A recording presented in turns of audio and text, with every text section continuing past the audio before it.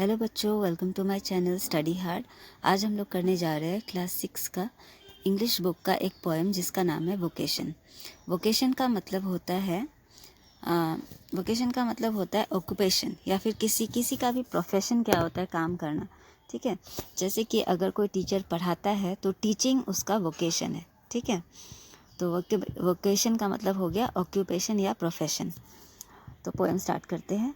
On your way to school और market you see many people at work. जब आप school जाते हो या फिर मार्केट जाते हो तो आप बहुत सारे लोगों को, बहुत अलग अलग डिफरेंट काम करते हुए लोगों को देखते होगे। तो इन pairs discuss what you have noticed. तो आपको क्लास में अपने फ्रेंड्स के साथ डिस्कस करने बोला है। जब स्कूल जाते हो या तो मार्केट जाते हो तो आपको बाहर में किन किन प्रोफेशन के लोग मिलते हैं, ये अपने दोस्तों के साथ डिस्कस करने बोला है जो आप नोटिस करते हो रास्ते में। देन रीड दिस पोएम, फिर इस पोएम को पढ़ने बोला है। फिर you may read it allowed with a partner if you like. फिर अपने दोस्त के साथ, अपने फ्रेंड के साथ इस पोएम को आप ज़ोर ज़ोर से रीड आउट भी कर सकते हो। तो पोएम यहाँ से स्टार्ट होता है। When the gong sounds 10 in the morning and I walk to school by our lane, every day I meet the hawker crying bangles crystal bangles। यहाँ जो पोएट है वो कहता है कि जब गोंग का मतलब होता है घंटा, ठीक है, जो चौराहे पे जो घड़ी बड़ा सा लगाया रहता है ना, तो वो घंटा में जब सुबह का 10 बजते हैं, ठीक है, when the gong sounds 10, जब सुबह के 10 बजते हैं in the morning, and I walk to school by our lane, जब मैं अपने स्कूल जाता हूँ अपने गलियों से होते हुए, every day I meet the hawker crying. Hawker मतलब होता है फेरी वाला, ठीक है। एवरी डे मतलब रोज़ में एक हॉकर, एक फेरी वाला, मतलब जो कोई भी हो सकता है फेरी वाला, जो सब्जी बेचता है, जो आइसक्रीम बेचता है, जो ठेले पे सामान बेचता है, उनको हॉकर कहते हैं। तो यहाँ पे क्या है हॉकर, यहाँ पे वो है, यहाँ पे हॉकर क्या कर रहा है, बैंगल्स बेच रहा है, कांच की चूड़ियाँ बेच रहा है। ठीक है, वो बोलते रहता है चिल्ला चिल्ला के, बैंगल्स क्रिस्टल बैंगल्स, इस तरह से वो चिल्लाता है। There is nothing to hurry him on, there is no road to he must take. तो पोएट कहता है कि उसको किसी चीज़ का जल्दबाजी नहीं है, वो कहीं पे भी मतलब जैसे बच्चे को स्कूल जाना होता है, एक टाइम फिक्स होता है ना, उस टाइम पे उसको पहुंचना है, मगर यहाँ हॉकर को किसी चीज़ का जल्दबाजी नहीं है, कहीं पहुंचने का कोई जल्दबाजी नहीं है। There is no road he must take, ऐसा कोई रोड नहीं है कि उसको उधर से ही जाना पड़ेगा, इधर नहीं जा सकता। मतलब हॉकर ऐसा है कि उसको जिस रास्ते जाने का मन है वो उस रास्ते आराम से जा सकता है, जिधर उसका मन चाहे उधर वो जा सकता है। No place he must to go, ऐसा नहीं है कि उसको उस जगह पे जाके बेचना ही पड़ेगा अपना चूड़िया, उसका जिधर मन वो उधर जाके। अब no place he must to go, ऐसा कोई प्लेस नहीं है कि वहाँ पे उसको ज़रूरत एकदम उसको जाना ही पड़ेगा, वो उसका जहाँ मन वहाँ जाके अपने चूड़ियों को बेच सकता है। No time when he must come home, और ऐसा कोई टाइम नहीं है कि वो फिर से चूड़िया बेच के वो इतने टाइम तक उसको घर पहुँच जाना पड़ेगा, उसका कोई टाइम बाउंड नहीं है हॉकर के लिए। तो ये बच्चा ये सब देख के बहुत खुश हो रहा होता है। फिर बच्चा ये सब देख के सोचता है कि I wish I were hawker, मैं विश करता हूँ काश मैं भी एक हॉकर होता, एक फेरी वाला होता। Spending my day in the road, मैं पूरा दिन अपना रास्ते पे बिताता और मैं भी चिल्लाता बैंगल्स क्रिस्टल बैंगल्स, और मैं भी चूड़ियाँ बेचता। असल में ये बच्चा इसलिए ऐसा बोल रहा है क्योंकि उसको घर सही टाइम में पहुंचना होता है, उसको घर से स्कूल सही टाइम में पहुंचना होता है, उसको जिस रास्ते से स्कूल जाना होता है उसको उधर से ही जाना पड़ता है। मगर ये हॉकर इतना फ्री था, किसी भी रास्ते जा सकता था, घर पहुंचने का कोई टाइम फिक्स नहीं था, इसलिए वो सोचता है कि हॉकर का ज़िंदगी कितना अच्छा है, काश मैं भी एक हॉकर होता। ठीक है, वो इस तरह से इमेजिन करता है।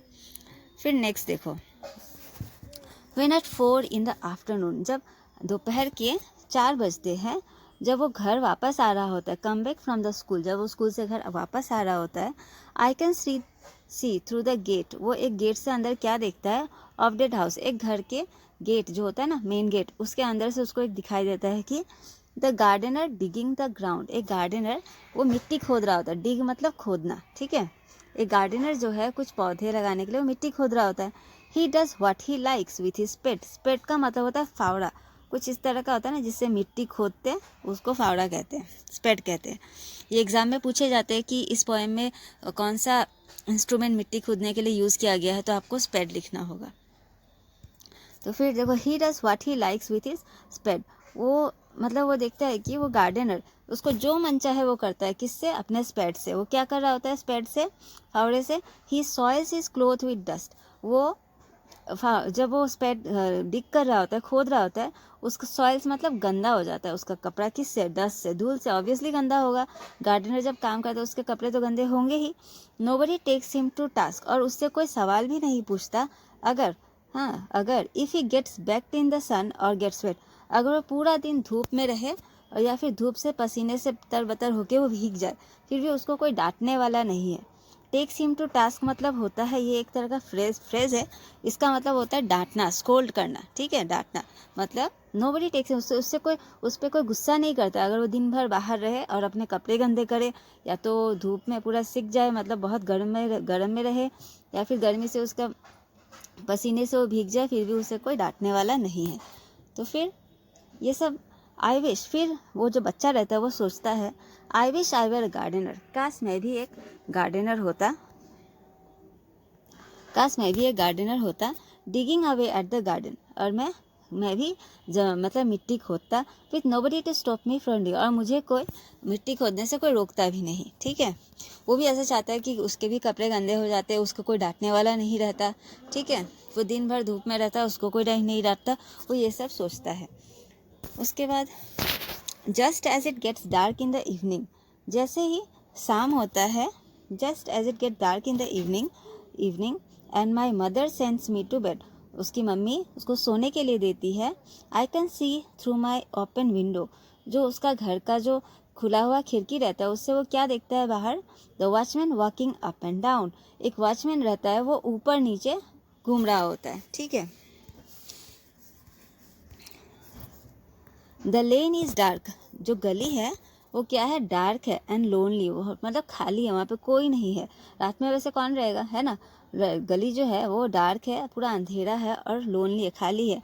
And the street lamps stand like a giant मतलब होता है बहुत बिग, हाँ बहुत बड़ा, with one red I in its head, ऐसा लग रहा था जायंट यहाँ पे दानव को बता रहे, जैसे राक्षस जैसा, ठीक है। स्ट्रीट लैम्प्स जो थी वहाँ पे, और उनके ऊपर जो एक बड़ा सा रेड कलर का मतलब बल्ब जल रहा था, लाइट जल रहा था, वो ऐसा लग रहा था कि उस राक्षस का वो एक बड़ा सा रेड आई है, ठीक है। वो इसलिए राक्षस जैसा लग रहा था, स्ट्रीट लैम्प्स देखने में राक्षस जैसा लग रहा था। द वॉचमैन स्विंग्स, वॉचमैन जो था वो क्या करता है? स्विंग्स, झुलाते हुए हिज लैंटर्न, उसके हाथों में जो लैंटर्न है वो घुमाता है, वो स्विंग कर रहा होता है। एंड वॉक्स, और घुमाते हुए घूम रहा होता है, ठीक है। स्विंग करते हुए मतलब हिलाते हुए लैंटर्न को घूम रहा होता है, कहाँ पे? विथ हिज शेडो, उस लोनली स्ट्रीट्स पे, with his shadow at his side, और उसके साइड में उसका शेडो रहता है, ऑब्वियसली रहेगा, वॉचमैन का शेडो उसके साइड में रहता है। And never once goes to bed in his life, और उस चाइल्ड को ऐसा लगता है कि वो वॉचमैन कभी रात को कभी सोने ही नहीं गया होगा, ठीक है। ये बच्चा इसलिए ऐसे सोच रहा है क्योंकि उसकी मम्मी रोज़ शाम होते ही उसको सुला देती थी, और वो उसको ऐसा लगता है कि काश मैं भी एक वॉचमैन होता, है ना, और मुझे भी ऐसे सोना नहीं पड़ता। तो वो क्या सोचता है, देखो नेक्स्ट लाइन्स में दिया है, I wish I were a watchman, काश मैं भी एक वॉचमैन होता। Walking the street all night, मैं पूरे रात भर मैं अकेले रास्ते में घूमता। चेजिंग द शेडोज़, मैं अपने शेडोज़ को मतलब चेज करता, मतलब पीछा करता। विथ माई लैंटर्न, अपने हाथों में लैंटर्न लिए हुए, ठीक है। तो इस तरह से बच्चा को मतलब अपना लाइफ, वो जब बच्चा बहुत सारे अलग अलग लोगों को देखता है ना, तो उसको लगता है कि उन लोग का लाइफ कितना अच्छा है, तो इसलिए वो भी इमेजिन करता है कि काश मेरा भी लाइफ उनके जैसा होता, ठीक है। तो इस पोएम के जो राइटर हैं उनका नाम है रविंद्रनाथ टैगोर। आशा करती हूँ आप लोग को ये पोएम अच्छे से समझ में आ गई होगी। अगर कुछ भी डाउट होगा तो आप कमेंट बॉक्स में टाइप करना, और मेरे चैनल को लाइक और अपने दोस्तों के साथ शेयर करिए और सब्सक्राइब करिए। Thank you.